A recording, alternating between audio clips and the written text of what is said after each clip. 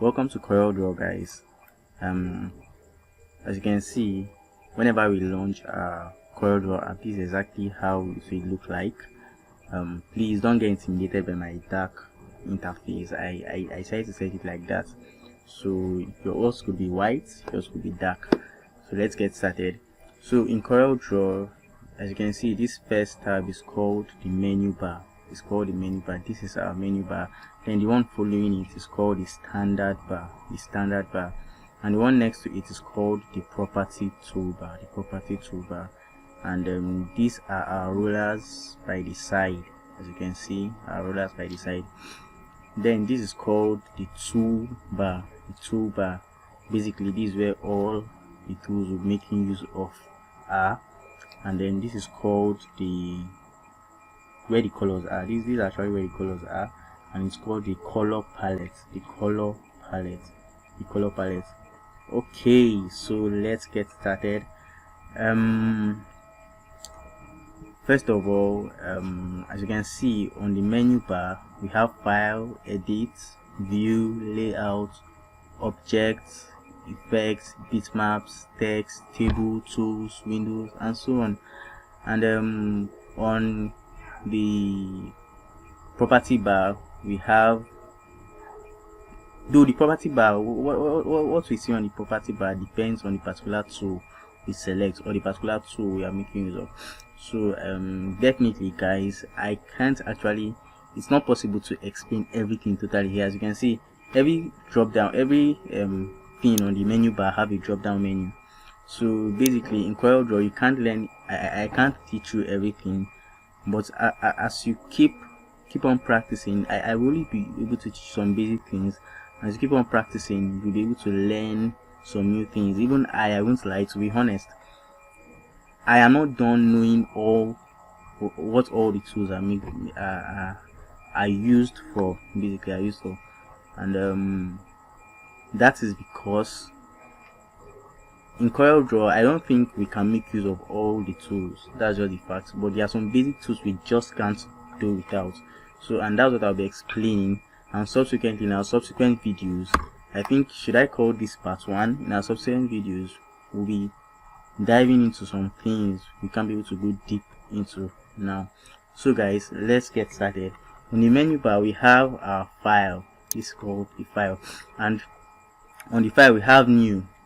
And what this is for is, if we want to design a new, or whenever I want to design something new, that's a new document, this is what this new is for. Under file, what new is for, as you can see, if I click new, I will have this popped out,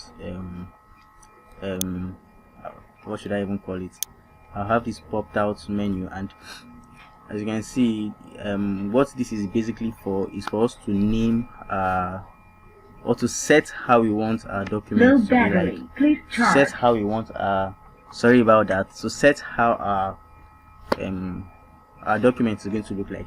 So where we have untitled to, as you can see in this particular place, is where we have to type whatsoever I want to name our document with. Okay, let's assume we are naming it tutorial. I'll just type it right in there. And under custom, for now we could just leave it as custom. Don't worry, subsequently you get to understand things I am saying. And the number of pages will be 1, and we have CMYK and RGB. That's our primary color mode. Now it's advisable to make use of RGB when you are making a design, maybe an Instagram post or so. Whenever it's not to be printed, the best color mode to use is RGB. And this width and height is what we size our pages with. And for now, I'm going with 5 by 5. That's the page you'll be working on, how you want the page to be. That is 5 by 5. So and this inches depends on the units you want to use. Now we have feet, so we have pixels. Let me just drop down the menu. We have inches, we have millimeters, we have pixels, and so on. But I'll be working with inches, so you set it to whatsoever you want to work with. And on this orientation, we have either portrait or landscape. I'm sure we all know what portrait or landscape is, so I'll be leaving it on portrait. If you don't know, don't worry, you get to understand subsequently as we continue. Then we have resolution. Basically, I like leaving my resolution on high, on the highest one, which is 300 points. So 300 points is fine. So that is it for new, and I'll just click OK, and boom, I have my page the way I set it and the way I want to work on it. So now under new, we also have new template. We have open. Now what this open is used for is if I have a document already saved on my system or already saved on my PC or my computer, whichever way you want to call it, and we want to access it, we actually go under this open and select the file wherever it is, and just click on it, and we'll have the new document popped. Let me give an example. So I clicked open, and let me look for one of my saved documents already and open, so you can all see it. I think I have my files under CorelDRAW. Don't mind me, that's the folder I made for saving my CorelDRAW files. So I have this business card here. It's already a saved document, so through open I'm able to open it just the way I want it. So, and that's basically it. And under file again, so sorry, that's basically it. And under file we have save as and save as and save. So the difference between save as and save is, let's say now this is the document or file I'm working with, and I haven't decided a location whereby I'll be able to save it. I'll just go under save as. That's whenever I'm done, or maybe whenever you can actually save your work before starting, and you can actually save it at the end of your work. Just when you are done with your work. It depends on it depends on your battery capacity or your, but it's advisable. Like me, I always save mine before I start. So that's what save as basically is. It enables you to choose the location you want to save it. As you can see, I clicked save as, and this is what I have. So anyway I want to save it, I could just click, let me just select desktop and click save, and yes, boom, that's where I have my document saved. So when I want to access it again, I will go to my desktop and definitely I'll find it there. So that's basically the importance of save as. And we have import. This is whenever I want to import a picture or whatsoever that is importable. Like as you can see, I clicked import and I want this picture inserted. I'll just click on it and boom, import, and I have it. Select where I want to drop it and I have it here. That's basically the importance of import. And for now, let's go under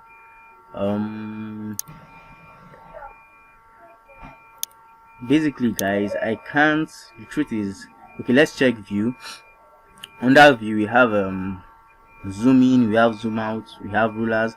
Basically subsequently I can't finish explaining whatsoever is here, but this is just a beginner's guide for those of us that have never made use of a software like CorelDRAW before, or yeah. But the main important things I'll be highlighting here are the toolbar. Don't worry, subsequently in our subsequent videos I'll be explaining some other things like the text bar, the menu bar. I'll go deep straight into that, but this is an introduction. So now we'll be we'll be checking the use or knowing the use of our toolbar. These are all the tools we have in CorelDRAW. And if you check some tools here, they have drop down menus. How do I put it? They have drop down menus. As you can see, if I click below here under pick, this is the first tool, is the pick tool, and under the pick tool I have pick, I have freehand pick, I have free transform, I have pick, freehand pick, and free transform. But basically I won't be able to explain all because some tools are not actually so necessary for us now. Like even me, there are some tools I don't even know are even here. But I'll just be explaining the main tools for us. So we have the pick tool.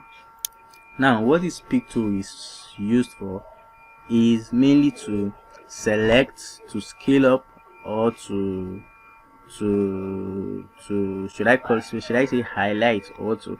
And also one of the main importance of our pick tool is to drop a particular tool. Now let's assume I'm making use of this rectangle tool. After drawing my rectangle, as you can see, after drawing my rectangle, now I'm still onto the rectangle tool. I won't be able to make any effect on this per se for now.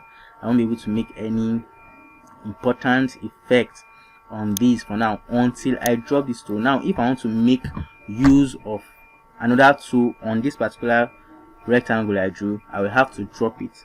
So the pick tool is also used to drop things. Yes, basically that's one of the importance of the pick tool, to drop things and to scale up things. When I mean scale up, I mean to size, to, you understand. So that's one of the importance of the pick tool, to drop, to select, to scale up. Should I say select or highlight, whichever one you take. That's it. Now we have our shape tool. Our shape tool is basically is used to shape. Let's see, okay, let me draw the same rectangle I drew. For now, what the shape tool help me do is to turn this rectangle to any shape I want. With this shape tool, I can be able to turn it to any shape. All I need to do is to be creative about and know what I want to do specifically. So let's assume now I make use of the shape tool and I want to convert this to any other shape. Let's see, I'll make use of the shape tool. Now basically, before I continue, as you can see, these points here, 1 2 3 4 5 6 7 8, in CorelDRAW they are known as the nodes. Now it's by these nodes or through these nodes we're able to make adjustments or corrections. Now these are called the nodes. Now whenever I want to make use of this, I want to turn this to another shape, I'll just go to my shape tool, and as you can see, the nodes changed, and I'll be able to make any change I want to make on this. Now basically, on this particular rectangle tool, this is the only change I'll be able to make for now. I can only turn it to this, or I can only return it the way it was. And the reason why it's like that is, for me to be able to make any change on this particular shape, I will have to convert it to curves. Now this is because I didn't draw this on my own. It's already a rectangle. All I just needed to do was to scale it up. But I can actually, for me to actually distort this and turn it to whatever I want to do, I will come on this same image after selecting my shape tool and right click my mouse, and I'll see under a drop down menu appear, and I'll see convert to curves. Definitely there are shortcuts in CorelDRAW, and the shortcut for this is Ctrl Q. Don't worry, subsequently we'll be learning, I'll be doing a video specifically on shortcuts. Just make sure you hang around, make sure you subscribe, make sure you always check, turn on the notification bell, so that whenever we have a new video, you'll be able to you'll be notified about it. So now this is Ctrl Q, or you click convert to curves. Now after clicking on, as you can see, the nodes also changed. The nodes have changed, and after converting to curves, I can give this any node I want. Now depending on wherever I want to make changes to, I can give it a node. All you need to do is to go to wherever I want to give it a node, or wherever I want to change, wherever I want to distort, right click on it twice, double click on it, and you can give it any node you want, depending on the number of nodes you want. And you can make changes to this with these nodes.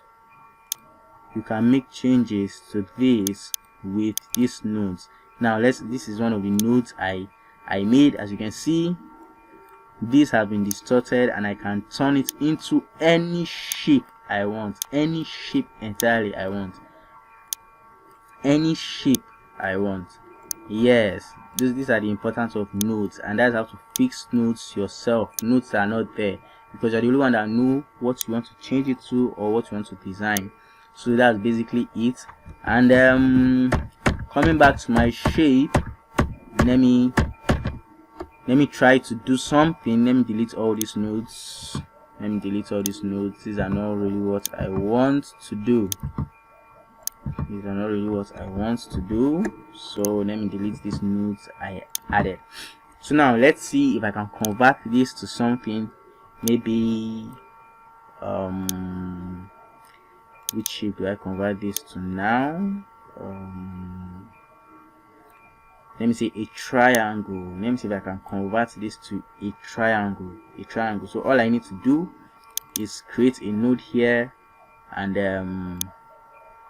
boom, as you can see, this is now a triangle. It has been shaped to whichever way I want to shape it to. So that's basically it. And let me try to make a love shape with this. And see how it will go.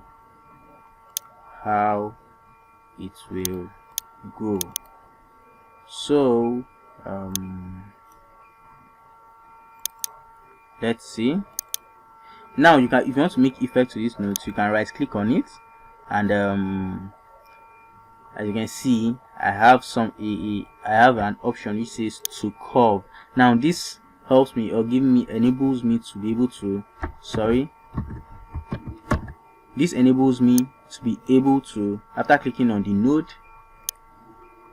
to curve, this enables me to be able to make changes to this particular place. As you can see, after converting to curve, I can always bring it down.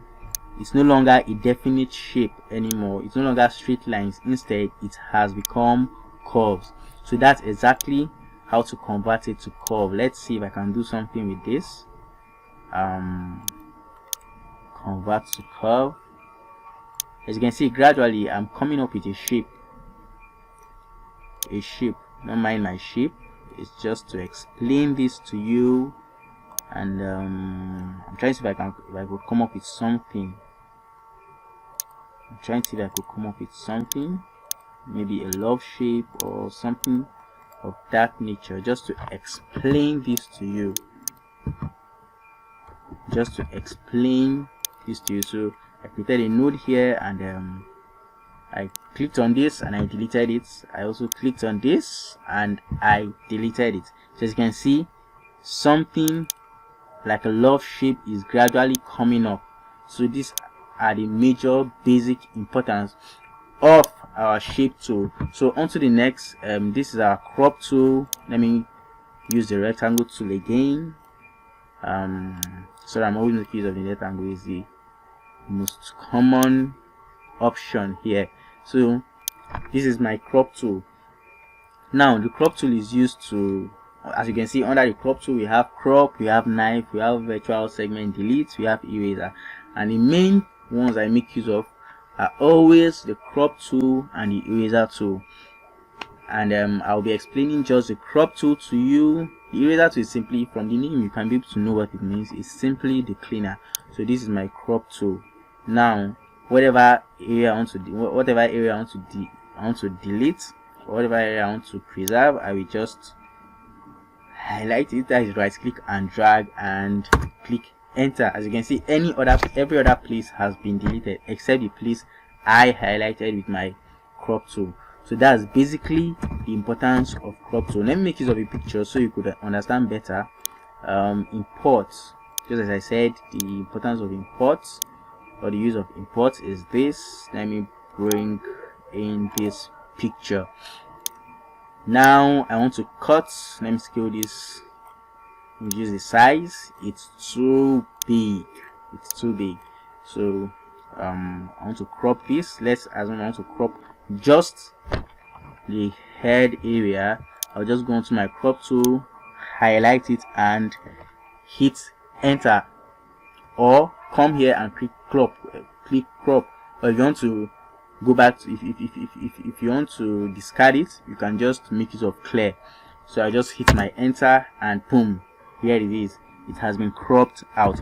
Oh, I already said I will explain the crop tool. Let me just explain the eraser tool also. It's just simply picking on the eraser, and as you can see, as I've explained earlier, the property toolbar changes depending on the particular tool you are making use of. So now as I click the eraser tool, as you can see, the property toolbar changed to everything on the property toolbar has to do with the eraser, Now as you can see, I picked the eraser tool, and if I want to increase the size of the eraser just as it is on my property toolbar, all I need to do is to increase the size here, or type it in as I want. Let's say it's 10. Type it in as I want. Now it's smaller. Let's say I'll put it as 50. Oh, it's still small. Let me make it 100. It's still small. So it depends on it. And now you can make changes to this. So sorry, my hand, as you can see, this is the eraser. The eraser has become so big because I made sorry, I inputted 100. Let me make it of 10. Enter. Let me make it of 10. Let me type in 10. As you can see, it has been reduced. The eraser size has been reduced. So that's how to. Let me make it at 1. Now you see it has become smaller. So that's basically it. Or let me say 0.5. So that's basically it. Now let me import a picture and make use of the eraser tool so you can see. Import. I always like using this guy's picture. It's because it's the closest one here, the only one available. So now I'll click on my eraser tool, and as you can see, I can use it to do whatsoever, clean wherever I want to clean.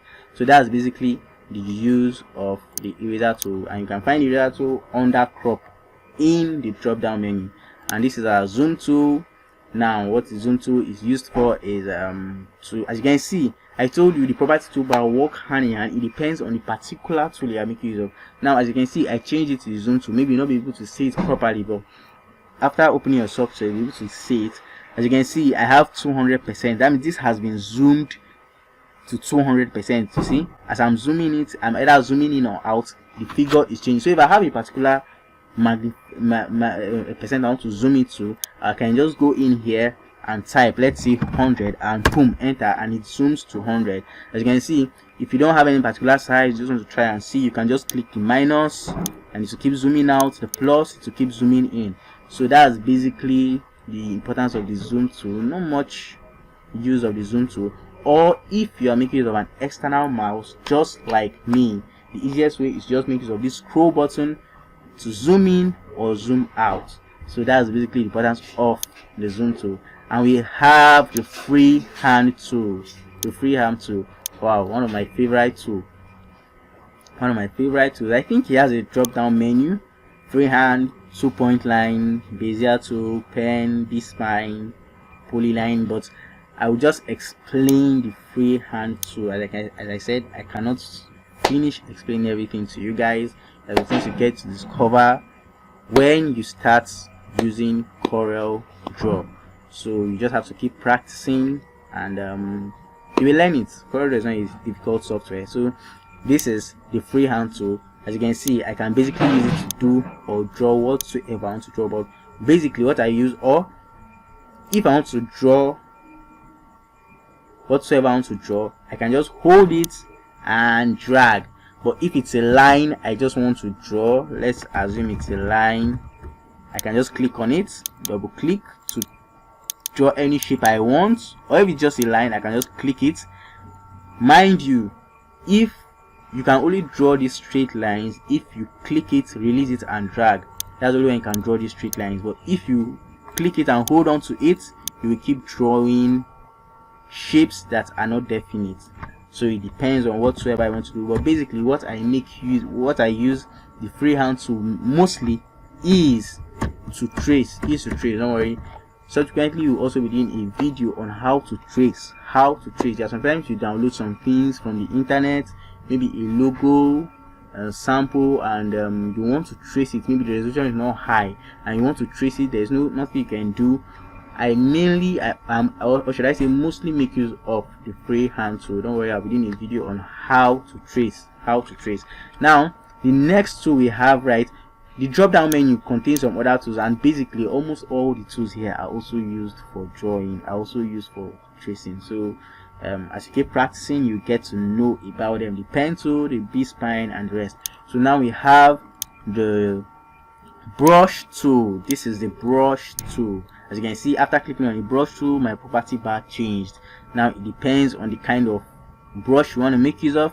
Like the one I'm making use of right now, as you can see, I just hold, right click, hold and drag, and I get this. And I can make effect to this. I can make it thicker, I can make it lighter. Just go to the drop down menu, click on this. As you can see, whichever way I want it to be, I change it. Let me highlight all so that you get to notice the change. You get to notice the change very well. So as you can see, they are changing. Or let me change the kind of brush I make use of. As you can see, this is another brush on its own, all found in the property toolbar. They work hand in hand. Whenever you click a tool, go to make changes or adjustment to that particular tool, you go to your property toolbar. Now I pick this brush. Let me take this other brush. As you can see, after picking this brush, everything changed. So it depends. Just play around with this, you get to understand your CorelDRAW. Practice, as they say, makes perfect. So that's basically the main use of the brush tool, and this is the tool I've been using for so long, the rectangle tool. So to make use of the rectangle tool, basically you just have to click on it. After clicking on the rectangle tool, you scale it up to whatever size you want, and that's it. Sorry, I am so sorry, I never made an introduction to something before I began. This is the worksheet area, the workspace area. Now this is the default size of the page we gave it initially. So, and before working on anything, you have to give, let's say, a flyer. You want to design a flyer. Now you use the rectangle tool to scale it up, draw your shape. But a lot of people will ask me, how do I get a specific size? Definitely it's difficult drawing a rectangle on your own to the size that you want. Some people ask me, how do I get specific size? Even though I sized it, even though I give my workspace, my sheet, a size, I can't export it. I have to still draw a rectangle. And some people will say I can pick the rectangle and, let me say, trace the worksheet. No, you don't have to go through that stress. In as much as you know the size you want to make use of, all you need to do is to draw the rectangle. So it doesn't matter the size, the shape. All you need to do is to draw it and drop the tool. That's, use your pick tool, drop it, and after dropping it, come to, I think on the pick, if you drop it, go to the property toolbar, you see units. Now this unit is where you can basically give the unit in which you want to work with. Let's say I want to work with feet. I can just go here, change it to feet, and whatsoever design I do, or whatever I do on this particular workspace will be measured in feet. So, but for now I make use of inches, so go back to inches. Let's assume I want to make use of a 5 by 5. That's because that's the perfect size for a social media design. So let's say I want to make use of 5 by 5. All I need to do is to draw my rectangle, any size, any shape, it doesn't matter. Then I'll come here to the property toolbar where I can size it both vertically. Now this is vertically, this is horizontally. All I need to do is type 5 and come to the horizontal one by 5 and click enter, and boom. Sorry, okay, this is in inches. All I need to do is to click 5 by 5 and boom, I have it. Sorry, I made a mistake typing it. I wrote 5 by 54.0. Sorry, that's why it's like this. It's supposed to be a perfect square. Let me type it in again. 5. Let me click on it. Then my 5 by 5 and boom. As you can see, I have a perfect size. As you can see, it's the same size as the one initially I gave to my sheet. So and all were measured in inches. So for this to fit into my sheet, all I need to do is to click on this and press P, and it fits into my sheet very well. Then I can proceed with my design. So that's basically the main use of the rectangle tool. Now this is called, the next tool to it is the ellipse tool. What's the ellipse tool used for? The ellipse tool is used to draw circles and ellipses by dragging in the drawing window. Now let's say these are ellipse tool. Let me delete this, and it's basically used for drawing circles and making effects on the circle. So now I've picked it and I can draw circles any shape, any size I want to, and I can make changes to it. Hey, let me let you know, some people keep wondering, how do I draw a perfect circle with the ellipse tool? How do I draw a perfect circle with the ellipse? It's simple. All you need to do is to hold down your control and drag, and you can see the size will be very perfect. As you can see your property toolbar, it's vertical and horizontally, it's the same size. So that's how to draw a perfect circle. That's how to draw a perfect circle. And after clicking circle, as you can see, I can make changes to this circle as it is. After clicking the property toolbar, sorry, the ellipse tool, as you can see, check the property toolbar, see what I can do with the ellipse tool here. I can make it like this. If I select this, I make it this way, I cut it in, I make it a perfect circle depending on what you want to do. So that's basically the importance of the ellipse tool. Basically the importance of the ellipse tool. So this is it, and let's go to the next. Now we have our polygon tool, and when you click the drop down menu of this polygon tool, you can see you have star, you have spiral, you have common shapes. The common shapes we have, you have impact tool, we have craft paper. Now I can't explain all because this video will be very long, and I need to go to the next tool, but this is just an introduction. Please don't be scared to practice with your CorelDRAW. Always practice. Now after getting the basics, what helps you to know better, you can even know better than whosoever taught you. What you need to do is to go back and make sure you practice. Just play around with all these things and you get it. Now this is our polygon tool. Now I click on the polygon tool, hold it and drag. Now what is the polygon? The polygon, you can give a polygon any number of should I say sides, or should I say shapes you want. I don't know. Then as you can see, I drew my polygon, but I want this polygon not just to have 1 2 3 4 5 sides, but I want it to have 7 sides. All I need to do is, after clicking on my shape, and when my tool is under the polygon tool, all I need to do is click on it and go down to the property toolbar. As you can see in the property toolbar, I can change the size, the number of sides, from 5 to let's say 10, and hit my enter. Now I have 10 sides. I have 10 nodes. When you count in nodes, sorry, no, I don't have 10. I have 10 sides, but I have multiple nodes. Because depending on the number I put, if I should put 30 here right now, as you can see, it's almost becoming a circle. It's even almost becoming a circle. So that's it. Now you can make use of to make changes on this particular polygon. I can just how like I explained earlier, using the shape tool, I can use the shape tool to make changes to this, and all I need to do is to right click on it and convert to curves, then click the shape tool, and as you can see, I can make changes when the nodes, these are all the nodes I have. I can make changes to this, and that's basically it.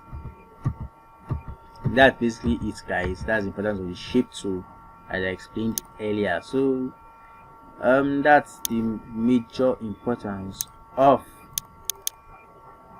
the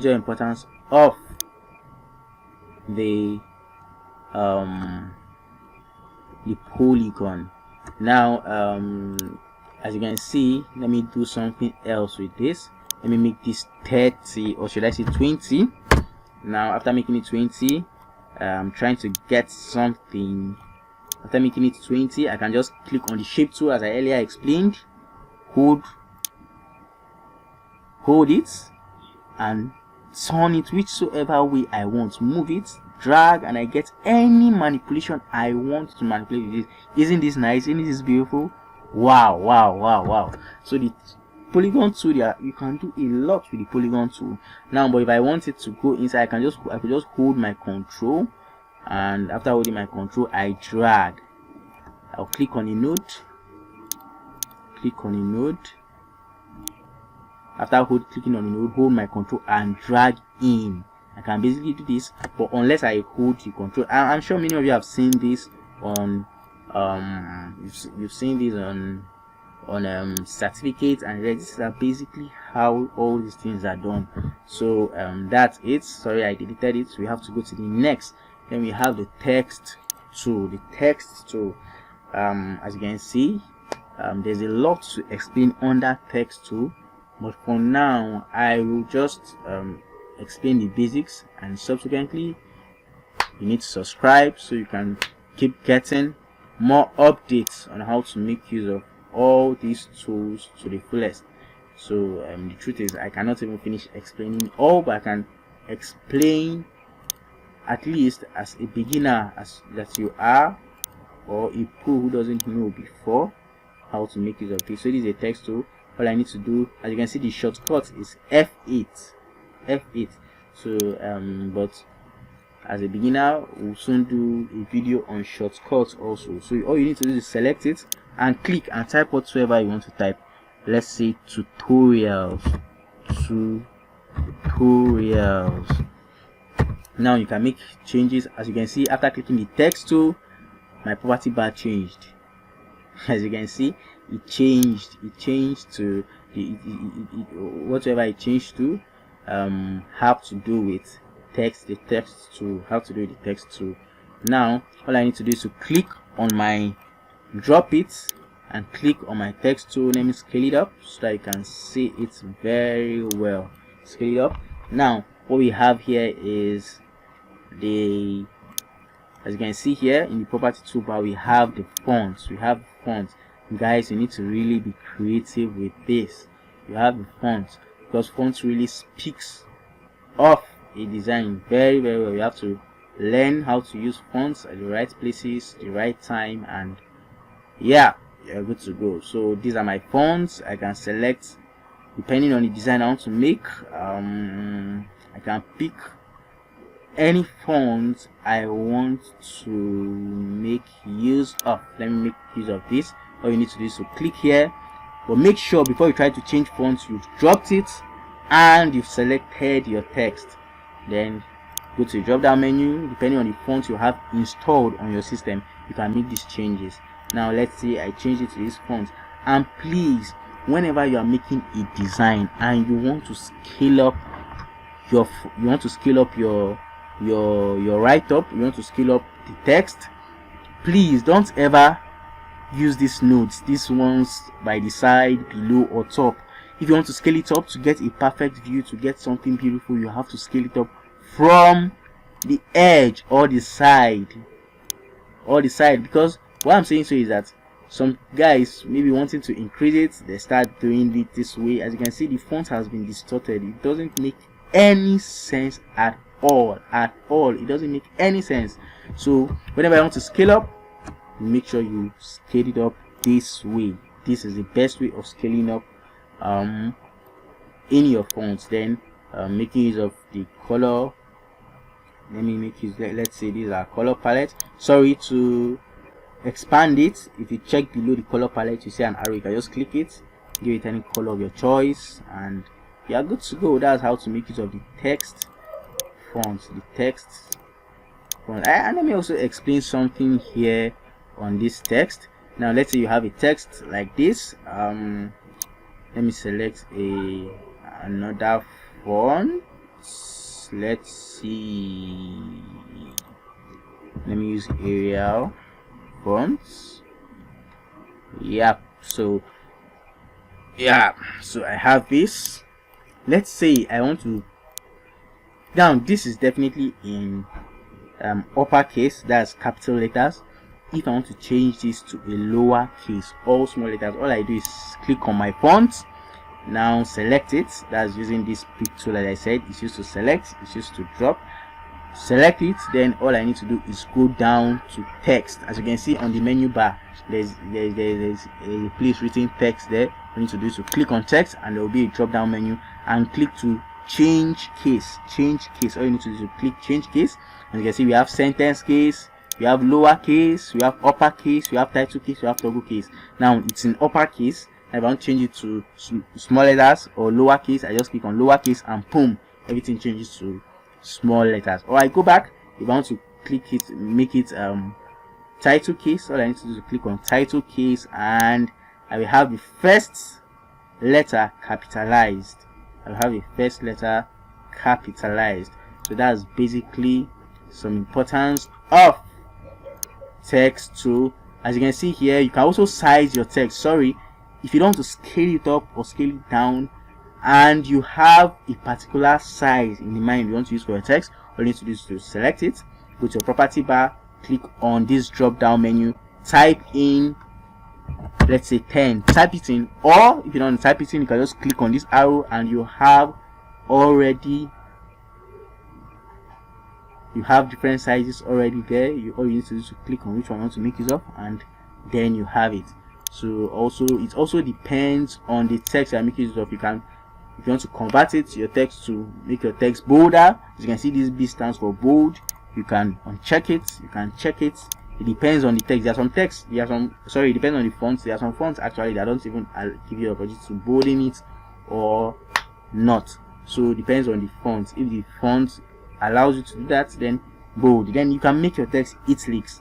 You can make your text italics by just clicking this I here in the property toolbar, and you see you have it italicized. So this are some basic things under the text tool.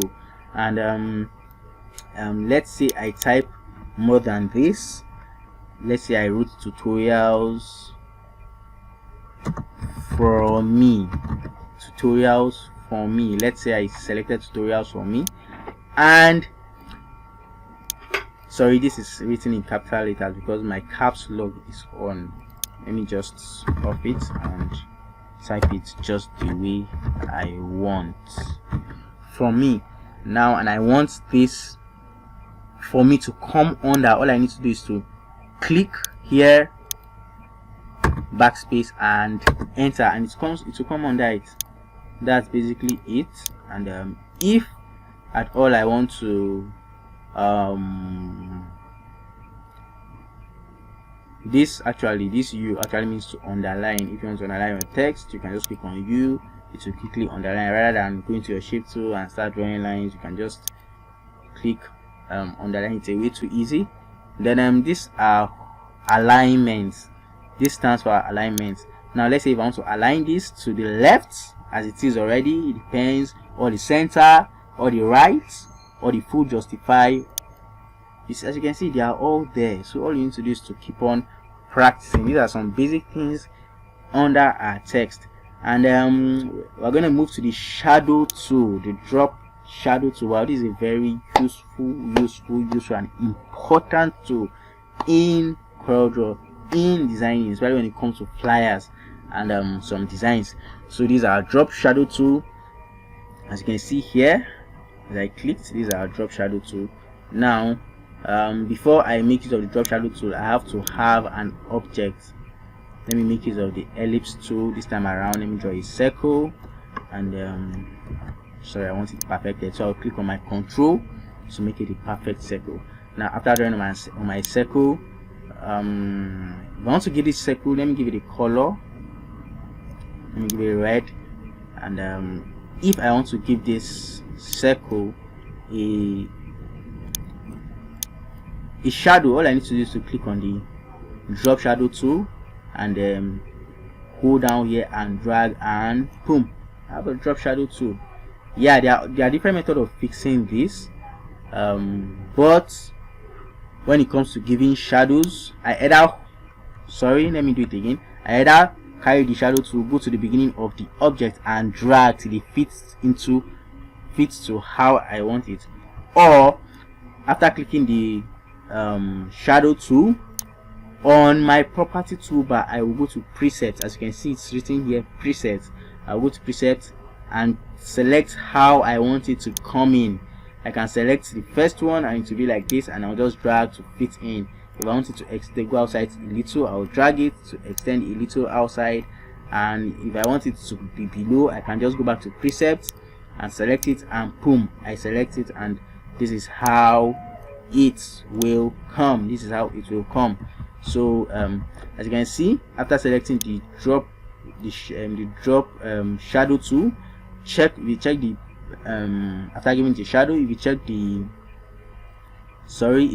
the property bar, you will see that everything in the property bar have to do with shadows.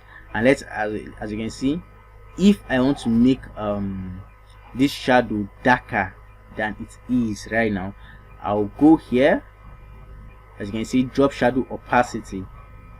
I hope you're seeing it. Drop shadow opacity. I could just click on it, then delete the number that is there. It's on 22. That's the default, but I could just change it to 50. As you can see, the shadow becomes darker. And this feathering, this is the shadow feathering. It depends on how sharp you want the shadow to look. It's on 2. If you can see, if I increase it to 15, it will become sharper. Sorry, I said sharper. It will become more blurry. It won't be sharp as it should. So that's basically the importance of the shadow tool. Yeah. And an importance of the shadow tool also is that a shadow tool can help you distinguish shapes of the same color. Let me explain what I mean. Let's assume I draw 2 circles right here, the first one, and I draw another one right here. Now after drawing these 2 circles, let's assume I give the both of them blue. I give the both of them blue color. Let's assume I give them both blue. As you can see, since they are both blue and I merge these shapes together, and you'll be able to spot where the shape, where they intersected, where it ended, or where it began from. But if I should pick my shadow tool now, even with the fact that they are the same colors, and I should put a shadow on the first one, as you can see, I should put a shadow on the first one. Sorry, if I should put a shadow on the first one, as you can see, to an extent I'm able to distinguish it. Now if I want it to be so obvious, all I need to do is to increase how darker my shadow will be. Let me put it at 70. As you can see, to an extent I'm able to differentiate it using my shadow tool. So that's basically that. And then on to the next tool we have here. From this shadow tool, I think the rest of the tools are very important tools in CorelDRAW. Now we have the transparency tool. Let me bring in an object first, then I'll explain the transparency tool to you. Now let's assume I have now this transparency tool is not just applicable to shapes alone, you can also apply transparency to images. Now let's assume there is my circle and I give it blue color. Let me duplicate this. Please, if you want to duplicate something in CorelDRAW, the shortcut for it is Ctrl D. So let's say I want to duplicate this. After duplicating it,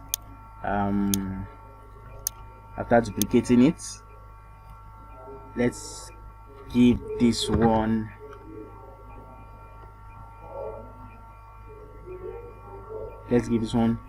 lemon green.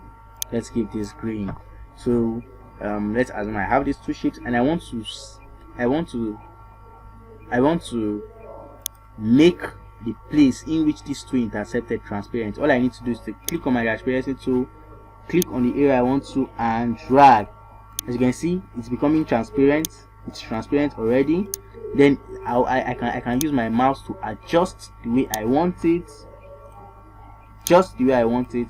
Now that's the importance of the transparency tool. You're able to make things transparent, pictures, objects, and the rest. That's the importance of the transparency tool. Don't worry, as you keep practicing using the transparency tool, you get to understand it better. Now there are two types of transparency. This is a type that I select my transparency tool and I drag. But if it's a kind of transparency that I want applicable all around, let's say this is lemon now, and I don't only want the transparency tool, I don't only want to apply transparency to a particular area, I want to apply it to all I need to do is to click on the transparency tool, click the image. When I click the image, if you look down, you will see a what do I call it? I don't even know what to call it. Should I say a pop-up or so? Then you can adjust it, make it more transparent by shifting this like this, or by just inputting figures from 1 to 100 depending on how transparent you want it to be. That's if you want to applicable to all in general. You can just adjust it, or you just type in, let's say 40, and enter. As you can see, the transparency applies to all. So that's basically that for the transparency tool. And the next, onto the next, we have the eyedropper tool. Now, why I call this tool very important is it's basically used for transferring a particular color or replicating a particular color into another object or your design. Now trust me, I say we have the palette, and trust me, there are times you will really need this. Now why this is important is that if you have a color, maybe from an image, from anything at all you want in your in whatever you're designing or your object, you could just use this eyedropper to pick that color and drop in. Let me explain what I mean. Now let's assume we have this is transparent. Sorry, I removed the outline initially. Don't worry, I'm coming back to outline. Now let's assume this has no color, and let's assume let me make use of another picture. This is just black and white. I want to make use of black and white. Let's see if I have any picture on my desktop that I can make use of to explain to you. It's really important. You really need to learn this. Yep. Where are my images? Okay, let me just pick. Sorry, remind me. I'm trying to import. I changed this to PNG instead of Oreo. Let me just import a picture. Yep. So let me check my desktop. Now let's say I have this picture. I click on it. Oh sorry, I clicked export instead of import. No wonder I'm having issues. So import. Let me take this image, this burger image, and import it right here. Now let's say I want to give this particular shape any color from this burger tool. I want to give this shape any color from here. All I need to do is to click on my eyedropper tool, go to the particular color I want. Let's say it's this color here. I click on it. All I need to do is to come to my objects or whatever I'm designing, and let's click on it. As you can see, it's giving me the same color. It's giving me, let me drop this and take the tool again to select another color. As you can see, it's giving me same color. Let me pick another color here. You see, that's the importance. It saves you stress, especially when you're trying to replicate something and you are trying to get the exact color without knowing the color code or whatever. This really helps a lot. And this is not only applicable to images. Even after giving, let's say, let me duplicate this and let me remove the colors. Now let's say, let me do this first one, blue. Let's say this is a color I can't find, or I don't want to go through the stress of looking for it. I can just take my eyedropper tool, click on this blue and click here, and it replicates it. And one thing is that after doing this for the first time, the color registers below. So when next you want to click on the color, you don't need to go and look for that same object to click, you just pick it. As you can see, I've used this color before, so it's registered down here. It's registered down here. So that's basically it. And now we have the, sorry, I didn't delete this circles because we are making reference, we are making use of them. So now the last but not the least, we have the interactive fill tool. Now this interactive fill tool is also used to give colors. It's used to give fills to objects whatever you're designing, but it has a unique use. Now it's just like the transparency tool, but not the transparency tool. Now let's assume I want to give this let me remove the colors here.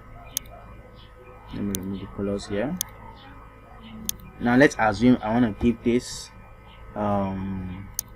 shape here a fill, a color. I can just go here, click on it. Now by default it will be black and white. Just click on it and drag. Now what this is mainly used for is to give different colors to a particular thing. Now as you can see, this is black. If I want to give this black and blue and red, all I need to do is click on, when I'm on my fill tool, click on here and click on blue, then also click on this second place and click on red. As you can see, let me adjust it. I think it's like the blue is more than red. As you can see, I have a combination of both blue and red. That's better than the fill. And if you check the property tool, you can still see some things you can apply under the fill tool. Like basically now it's on fountain fill. You can change it to vector pattern fill. Trust me, I don't even know these ones were here at all. So it depends. As you can see, they are beautiful. You can just play around with it. Wow. Though I don't make use of them, that's why I barely even know they are here. So it's that, basically that, with the interactive fill tool. So gradually, at least to an extent, you have been introduced to some basic vital tools in CorelDRAW. And please, I think you have to be writing some things down in order for you not to get confused. And please, we'll be coming up with so many contents. For now, this is just the first video. We're coming up with so many contents on how to do so many specific things, or how to tackle so many specific challenges we find difficult when designing, either with CorelDRAW or Photoshop. Though I make use of CorelDRAW the most. Some people keep arguing between CorelDRAW, Photoshop, all this software, which is the best to design. The truth is, don't let anyone pressure you. They are all designing tools, so far as can give you exactly what you want. It doesn't matter what software you use to make your design. I've seen so many designs that are done with CorelDRAW and they are just so unbelievable, very beautiful. And I've seen Photoshop designs that are also very beautiful. So don't let anyone pressure you. CorelDRAW is a nice software, just as Photoshop also is a nice software. I'm not trying to say one is greater than the other. They are all perfect and good to go. All you need to do is to be conversant with the one you know how to use best. And then before I go, I would like to, I said initially I would like to explain outlines to you. Now look at this shape, this circle. It has an outline. It has a black outline. Now after giving it a red color, it has a black outline. When you want to remove outline from an object, all you need to do, there are so many ways of doing that, but the quickest and fastest way for now, maybe we'll talk about that another day, but for now the quickest and fastest way is for you to go to your color palette, either from here or here. Now you see this strike here, the first one which says no color. When you click on it, it means you are removing the color from, you are removing the fill or color from the shape itself. So you can see you are removing it from the shape itself. That is when you left click. When you right click, let's say it has a color, when you right click, it's the outline that disappears. It's the outline that disappears. So that's basically how to remove outlines from designs or shapes.